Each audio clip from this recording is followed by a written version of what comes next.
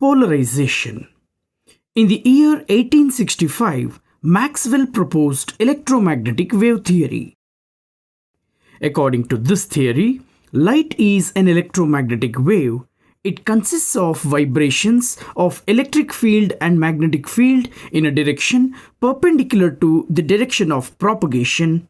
Also, the vibrations of electric field and magnetic fields are confined to two different planes that are mutually perpendicular to each other.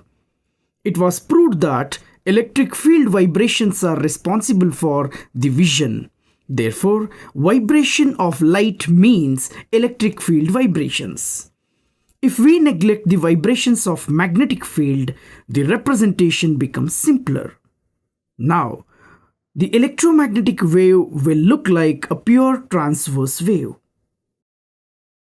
Every vibrations will have a particular plane of oscillation.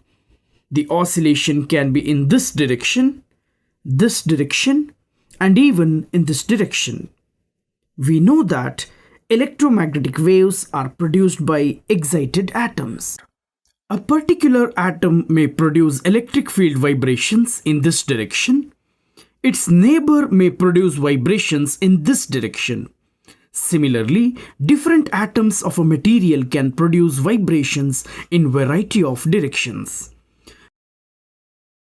Due to this, a common source of light like incandescent bulb, candle flame, fluorescent lamp, etc. emit light that have electric field vibrations in a number of directions. This type of light beam which has vibrations in more than one plane is called unpolarized light. Similarly, a light beam which has vibrations in only one plane is called polarized light. The electric field vectors in the unpolarized light can be resolved into vertical and horizontal components. Now, this is the simpler way of representing an unpolarized light. However, this is only a front view of the wave. On the side view, the wave is represented in this way. Here, the arrow represents vibrations in the plane of the paper and the dots represent the vibrations in the direction perpendicular to the plane of the paper. Polarization of light.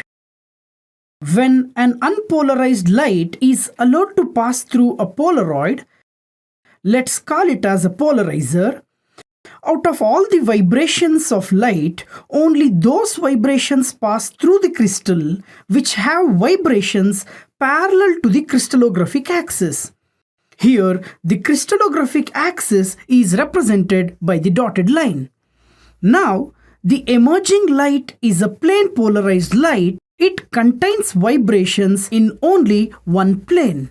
The phenomenon of restricting the vibrations of light to particular plane perpendicular to the propagation of light is called polarization of light. Now, let us learn about two important terms used in this topic. One, plane of vibration. The plane ABCD here that contains vibrations of the plane polarized light is called plane of vibrations. Number 2, plane of polarization. The plane PQRS perpendicular to the plane of vibration is called plane of polarization. It is also the plane in which there is no vibration.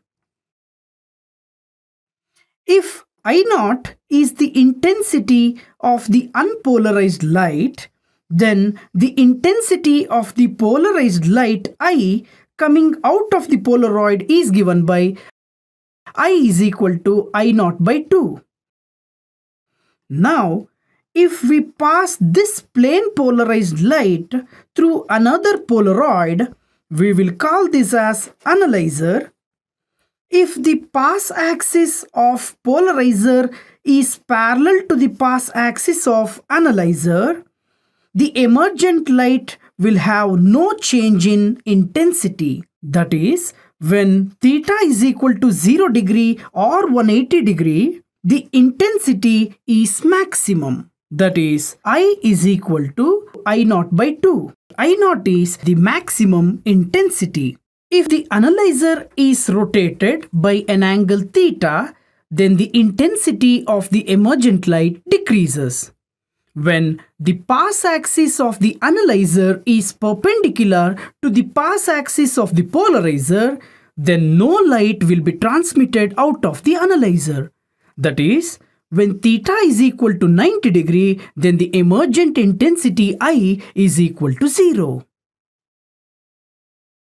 Now, Malus law states that when a completely plane polarized light is incident on an analyzer, the intensity of emergent light varies as the square of the cosine of the angle between the polarizer and analyzer. That is, I is equal to I naught cos square theta. Polarization by reflection. The simplest method to produce plane polarized light is by reflection. This method was first discovered by Malus in the year 1808. It was found that when an unpolarized light is incident on a surface of transparent medium like water or glass, some part of the light got reflected and the rest got refracted through the material. Here, the straight arrows represent vibrations perpendicular to the plane of the surface, and the dots represent vibrations parallel to the surface. Now, if we observe the reflected light, we can see that it contains more number of dots than the arrows, which means that the reflected ray is partially polarized. Similarly, if we look at the refracted ray, we can see that it is almost unpolarized. It was found that as the angle of incidence changed, the degree of polarization of the reflected ray also changed. Then, at a particular angle of incidence, the reflected ray is completely plane polarized and the vibrations are parallel to the surface of water. This particular angle is called Brewster's angle or the polarizing angle. Brewster's law states that when a light is incident at polarizing angle theta p at the interface of a transparent medium, the refractive index of the medium with respect to the surrounding medium is equal to the tangent of polarizing angle. That is, n is equal to tan theta p, where n is the refractive index of the medium with respect to the surrounding medium. Using Brewster's law, we can calculate the polarizing angle of a medium whose refractive index is known. For example, for glass whose refractive index is 1.5, the polarizing angle is found to be 56.3 degree when the glass is surrounded by air. Similarly, when water is surrounded by air, if the refractive index of water is taken to be 1.33, it is found that the polarizing angle for water is equal to 53 degree. Polarization by scattering. Just as unpolarized light can be partially polarized by reflection, it can also be polarized by scattering. This is also known as Rayleigh scattering. Since light waves are electromagnetic in nature, they will vibrate the electrons of air molecules perpendicular to the direction in which they are traveling. The electrons then produce radiation that is polarized perpendicular to the direction of the ray.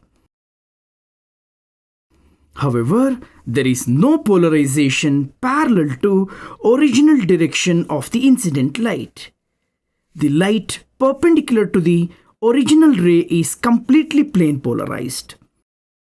In all other direction, the light scattered by the air molecules will be partially polarized.